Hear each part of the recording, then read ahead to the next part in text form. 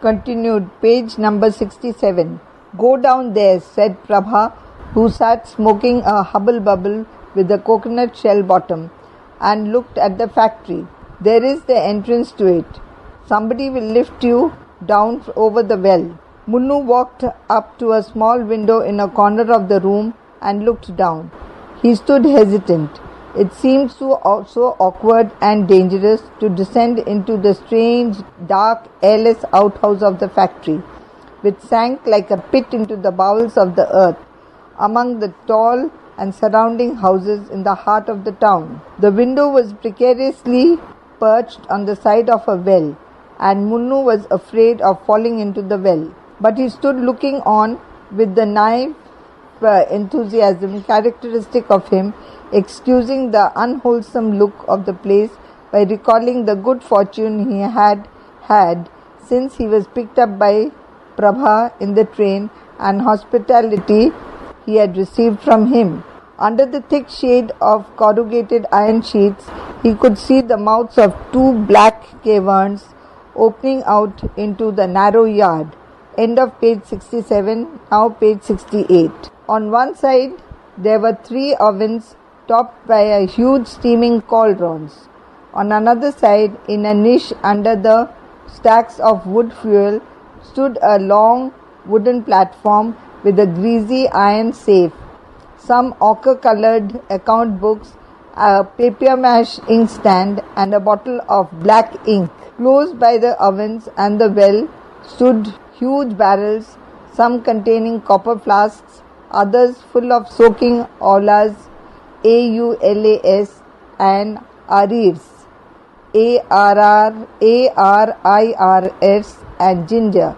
A narrow passageway, a yard wide, led to a small door which opened into an alley, of which the factory was the dead end. There was something nauseating in the touch of the man who lifted him from the window over the well into the factory. He was a massive, shapeless man with a thick animal face, of which each feature was hard muscle.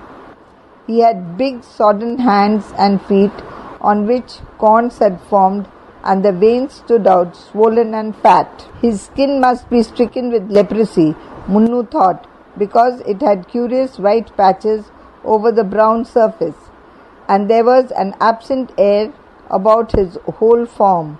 Rudely clothed in a homespun tunic and loincloth, which proclaimed the simpleton, the idiot.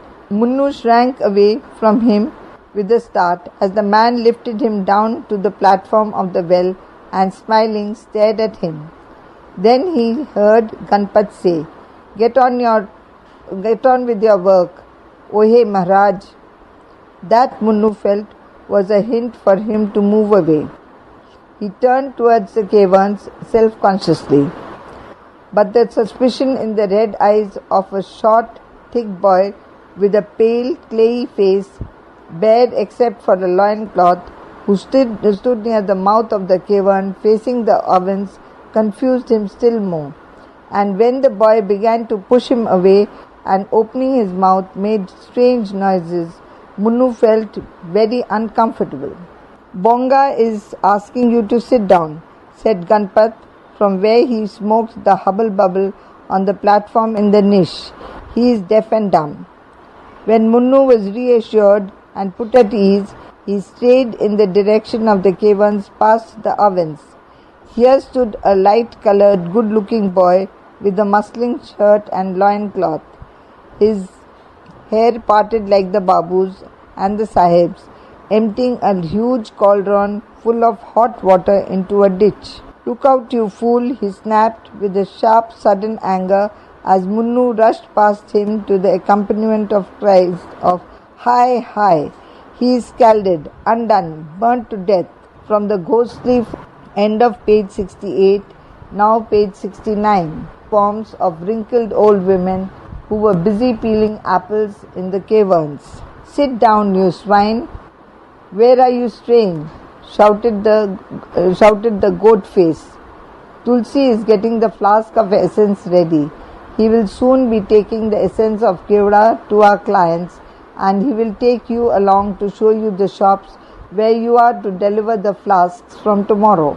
Meanwhile, don't interfere with anyone's work. Don't fidget. Learn to sit still. You would have been in the hands of the police, or you would have had to walk hungry and forlorn in the city if we had not brought you here. You are not to walk around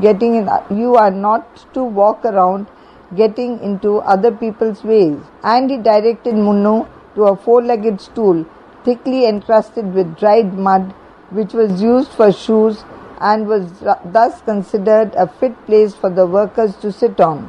Munnu looked around at the thick walls from which small bricks worn by years of damp air jutted out, except where patches of cow dung or dirt or mold plastered the wall, or where the spiders had woven long delicate webs, or where the soot hung in slimy black clots and the bats clung like crystals in a cave. His straying eyes met Ganpat's eyes, so he turned to look at the low and heavy logs of wood which stood covered with cobwebs, and the corrugated iron sheets coated with smoke which pressed down upon the yard like a dead weight. It seemed the wind of the heavens never visited this world, and the sun never entered it, except through the nailed holes and the chinks and the slits in the sheets where it crept like snails. As he was thus engaged, a blast of steam oozed from the boiling water which Tulsi had emptied into the ditch and dimmed his eyes. His gaze retreating to himself, he suddenly felt small and insignificant in that underworld of cauldrons and barrels, long black caverns and crumbling yet solid walls. As he rubbed his eyes to ease them, he felt that the three other workers in the yard were looking at him in askance. "Who are you? Where have you come from?" He felt an intruder in the place, and a tense irritation possessed him. The heat of the cauldrons alternated with the stale, smelly draught that came from the caverns, rusting the iron and mixing it with the sweat on the flesh to produce a sticky dirt on which the flies buzzed insidiously. End of page 69, now page 70. He would have flown away out of there if he had had wings. But just then Seth Prabdyal came in, and the atmosphere became charged with a comfortable presence. "Where are you, O Munnu?" asked Prabha, searching for the boy, as he strained to accustom his sun-soaked eyes to the gloom of the factory. "There he is," said Ganpat, pointing from the cavern with his finger. "The brute almost got burnt, messing about near the ovens when Tulsi was emptying boiling water out of the cauldron."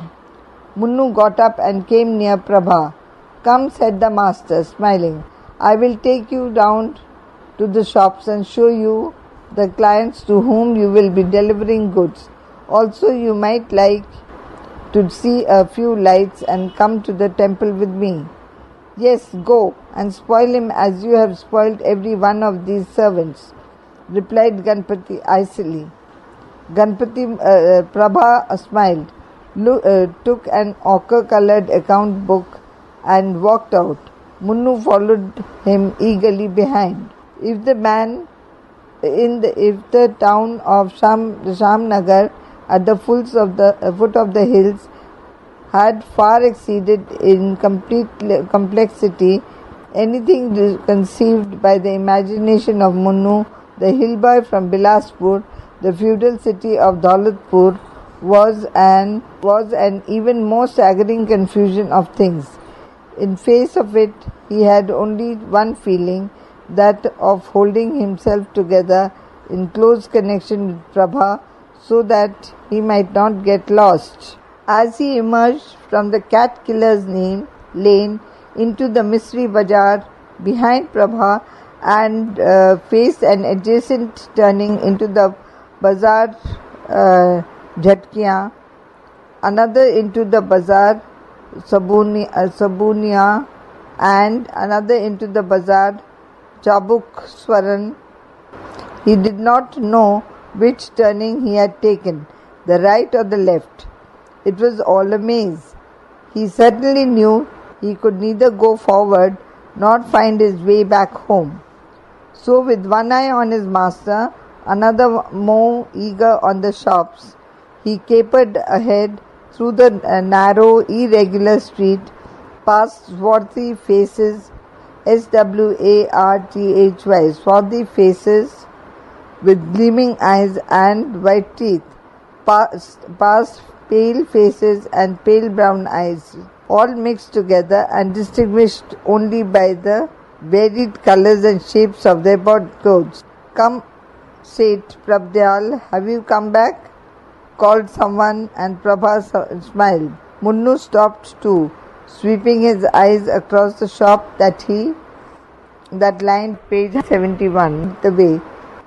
Grottos higher than those inside the factory and more visibly packed with sweets of 100 different kinds, or iron locks of every conceivable variety, cloth of different patterns, leather goods, saddles, collars, wire. "Come," said Prabdayal, "have you come back?" someone called. Munnu stopped too, sweeping his eyes across the shop that lined the way.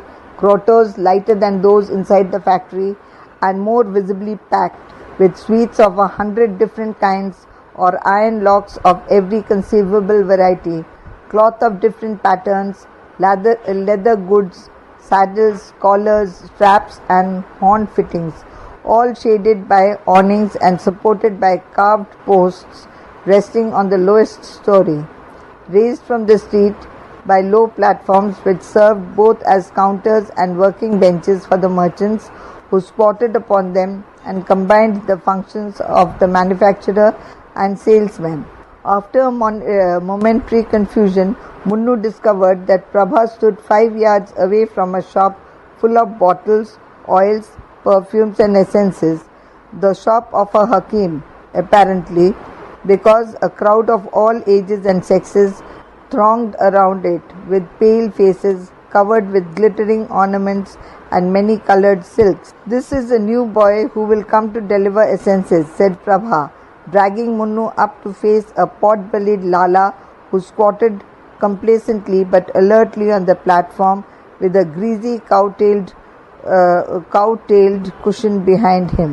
"Acha," assented the Lala. Prabha joined his hands meekly, bowed and moved on. Munnu followed like a dog behind his master. He fell to reading the signboards of the various shops.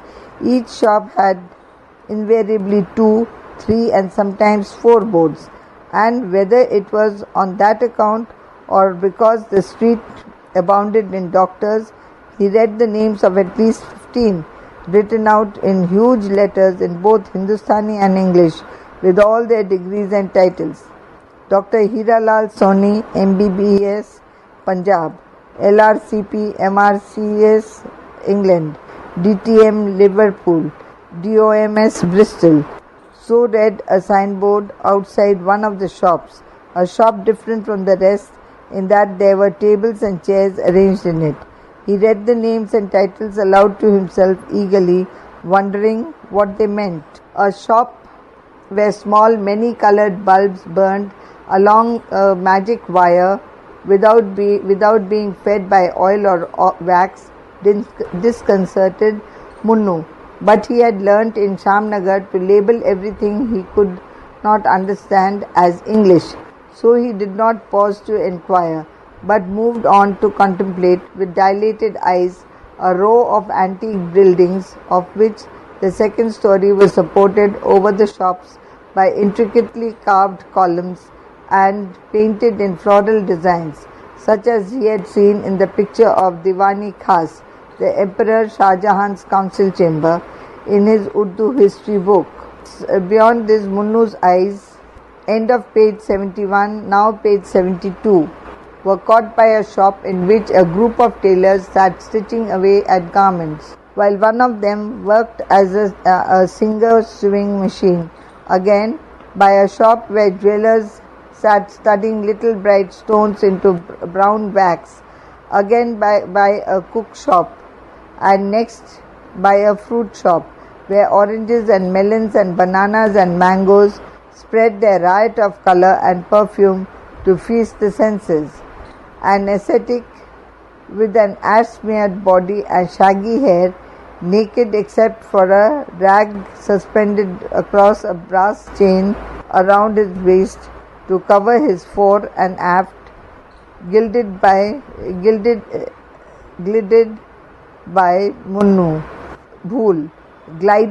Munnu, striking a long pair of strongs and swaying his garlands of thick beads. The crowds became thicker and more varied, as baggy-trousered Mohammedans alternated with loincloth Hindus and trousered Babus.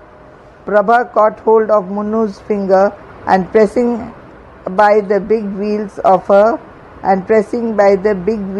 a bullock cart which had got stuck against a paten, brought him into a narrow street where the effigies of the various gods were displayed behind small sanctuaries in red and black paint overflowing with grease of oily offerings. They skirted the domed shrine or mausoleum of a Sikh saint and entered the courtyard of the vast medieval lotus temple of Vishnu, before which was a holy tank. Prabha bought a string of marigold and jasmine flowers. Just then a drum began to beat in the courtyard below the steps. People hurried round to take a place at the tank. Munnu had never before formed part of so vast a congregation of humanity as now murmured prayers to their solar disk, which seemed to set fire to the water as it reflected its last flames across the edge of the sky before going under for the night. They moved away at last, bending their steps towards the temple lights that adorned the blue-black of the parting hour.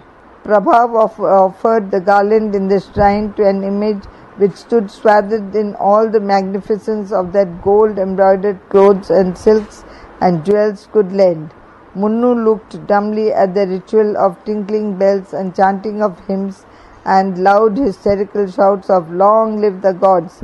and he followed his master sheepishly into a shady square punctuated by beds of flowers and maidenvaries, where naked ascetics sat growing lean by the pyres of burning wood, surrounded by devotees with offerings of food, fruit and flowers, and yellow-robed, clean-shaven mystics with clouded eyes intent on something which people called God, but which for the life of him Munnu did not know and could not understand. On the way home, Munnu thought of a varied succession of the end of page 72, now page 73, the day's events. He felt he was in a strange world.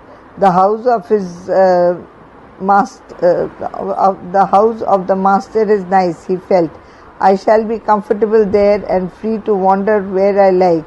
And the factory is dirty enough not to be spoilt by sitting round. I don't know what work I shall have to do, but shall be well looked after. The prospect of visits to the bazaar was exciting. There were so many things to look at, strange things, stranger than those he had seen at Shamnagar, all kinds of things. It was truly a wonder city. He remembered that he had thought of for a long moment during the concluding part of the journey in the name that the city of Daulatpur occurred in his geography book as one of the two oldest and most important in northern India. He recalled that it was said to have been founded by Maharaja Daulat Singh, the Rajput king who ruled here in the days when Lord Rama, the hero of the Ramayana, ruled in Oudh, and that it had been the scene of various battles in history, having been conquered by Muhammad Ghaznavi, the idol breaker and looter of the buried treasures of the temple of Somnath. He wondered where Muhammad had plundered any gold or jewels from the temple he had just visited. But he remembered that Akbar the great Mughal had given money to the priests of this city and encouraged their religion. The Sikhs had defeated the Mughals outside the town, and Ranjit Singh had given away its old houses to his beloved councillors. But the Angrezi Sarkar had conquered it before the mutiny. The resplendent, resplendent, resplendent figures of all the kings of India, as they appeared in the pictures of his history book, passed before his eyes, garlanded with rows upon rows of necklaces, with plumes in their turbans and jewels on their dresses.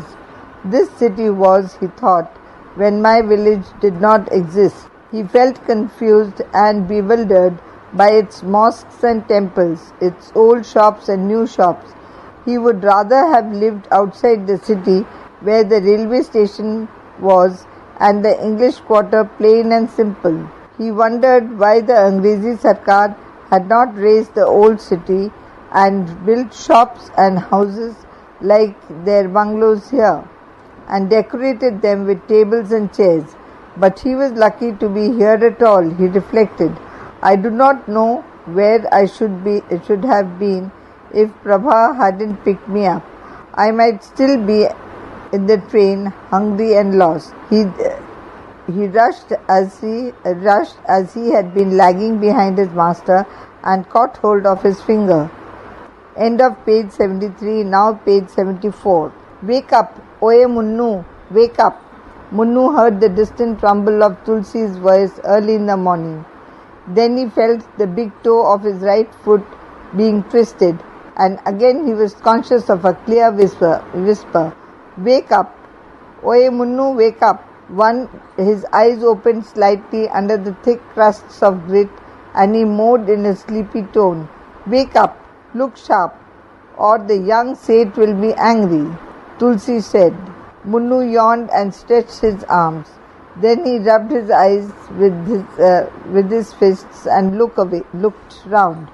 The shades of the night enveloped the white-sheeted humanity which lay spread on the charpais on the flat roofs of nearby houses. But twilight was coming. The air had the tang of dawn in the hills. The horizon of the hills, high rocks above his village, came back before his eyes also. The herd of cows walking under the sky, which was dotted by swarms of birds, veering out in an anguished flight towards the slope of the mountains. He had seldom remembered home at Shamnagar, because there he did not want to remember home, he said to himself. Nor did he want to think of the Babu's house. They must be missing me now, he reflected. I wonder what they'll do. My uncle must be angry. I shall write to him and tell him I'm safe and sound, but that I don't want to come back. Come, said Tulsi, rolling up a ragged carpet and a dirty shirt round a greasy pillow which had made his bedding, and secured the bundle under his arm. Munnu followed Tulsi past sleeping people, tiptoeing aggressively. Munnu followed Tulsi past sleeping people, tiptoeing awkwardly. The atmosphere of the dark, dusty stairs was humid and stale. Because the air had lain locked up in the house overnight. He felt moist on the brow as he groped his way downstairs. Let me lift you, said Tulsi, as he descended from the window over the well into the factory. But Munnu climbed down with the alacrity of old days when he used to jump trees. Tulsi went towards the niche where the wooden platform was, and shaking two huge mounds of flesh roughly called, Get up, Oye Maharaj, get up, Oye Bonga.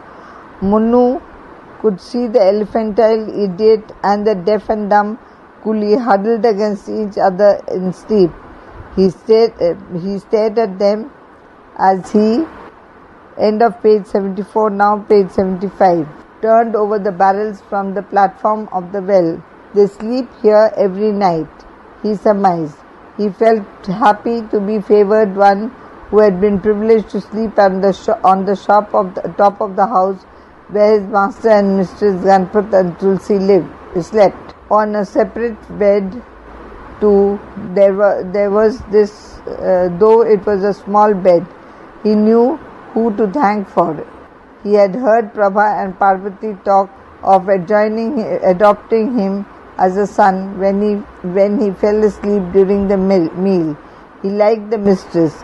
She had patted him on the head and given him cream to eat with his bread as an extra dish. But she was so quiet. Her pale olive face was serene except when she smiled, and she spoke so few words.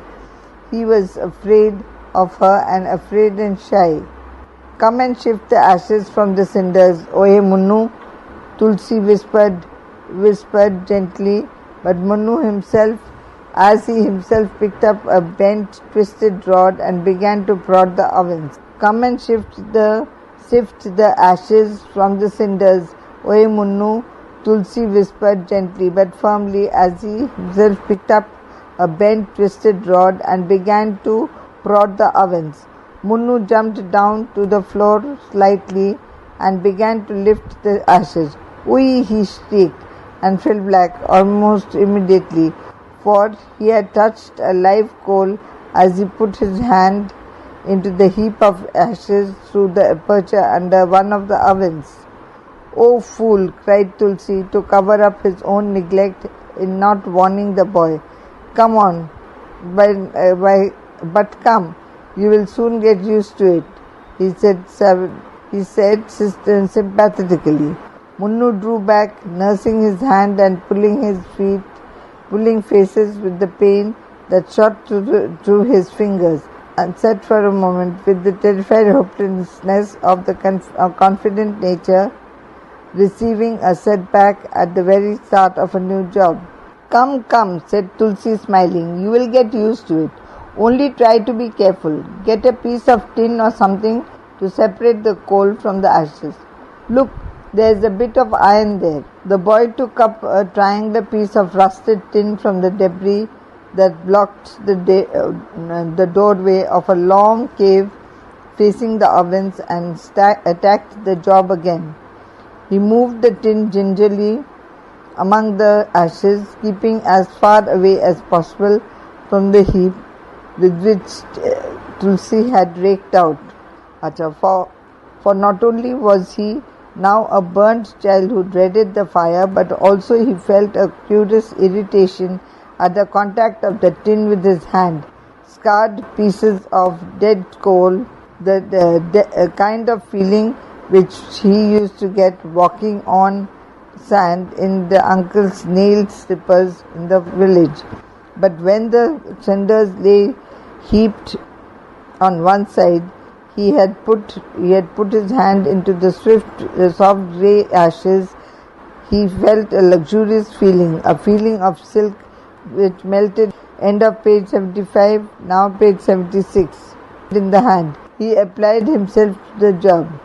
The two feelings quarrelled within him. So you haven't even lit the fire yet, came Ganpat's voice, followed by the appearance of his person at the window over the wall.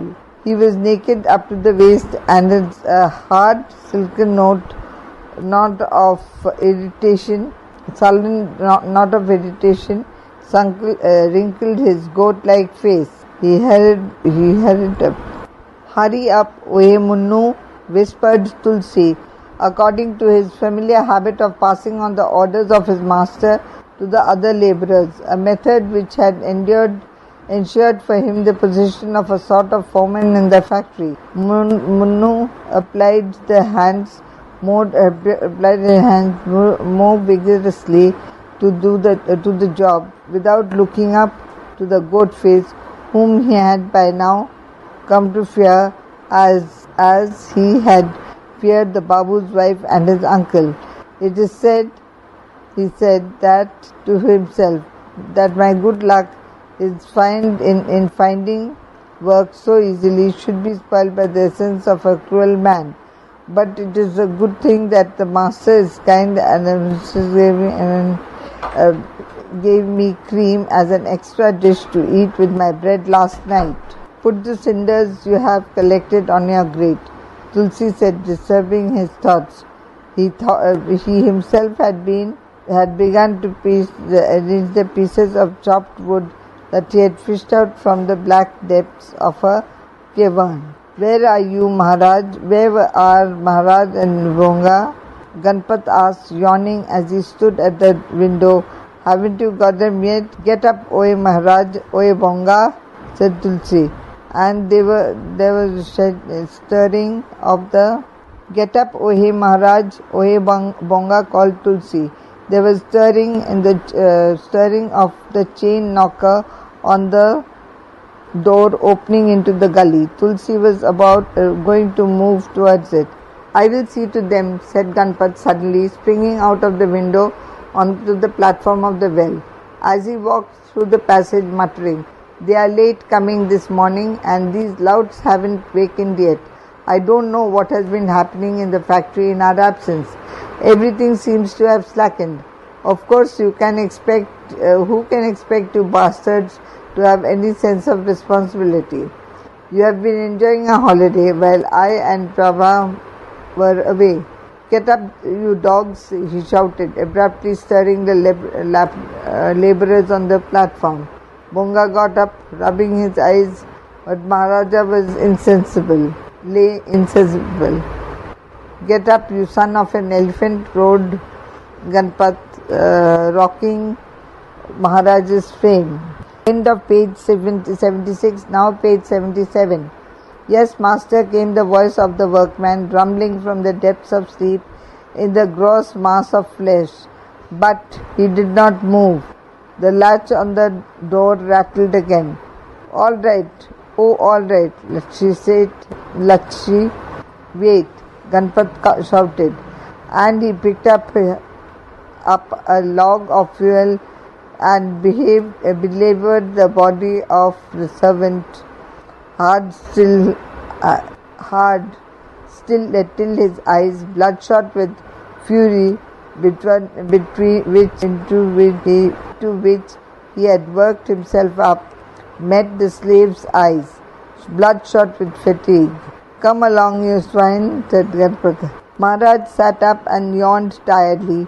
He did not seem to have been much hurt by the beating, unless he repeated moaning yawns every time in induction of his pain. He contemplated the surroundings with his idiot's eyes and very watery, now watery with tear, where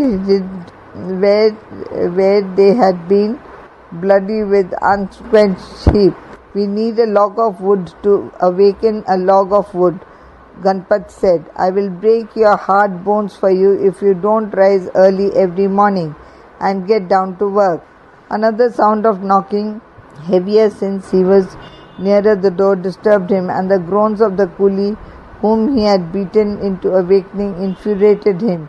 He flung the log of wood away and he was going towards the door when he met Munnu's eyes surreptitiously glancing towards Maharaj with obvious pity in his ears. Flung the log of wood away and he was going towards the door when he let Munnu's eyes surreptitiously glance towards Maharaj with an obvious pity in his ears.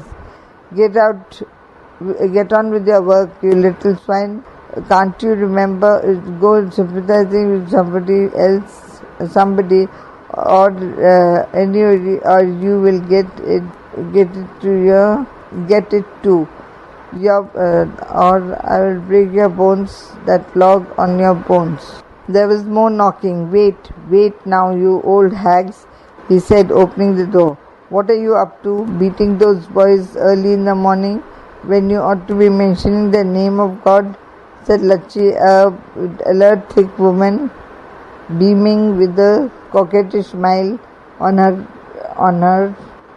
round, regular face and winking at Ganpat with a twinkle in his mischievous eyes and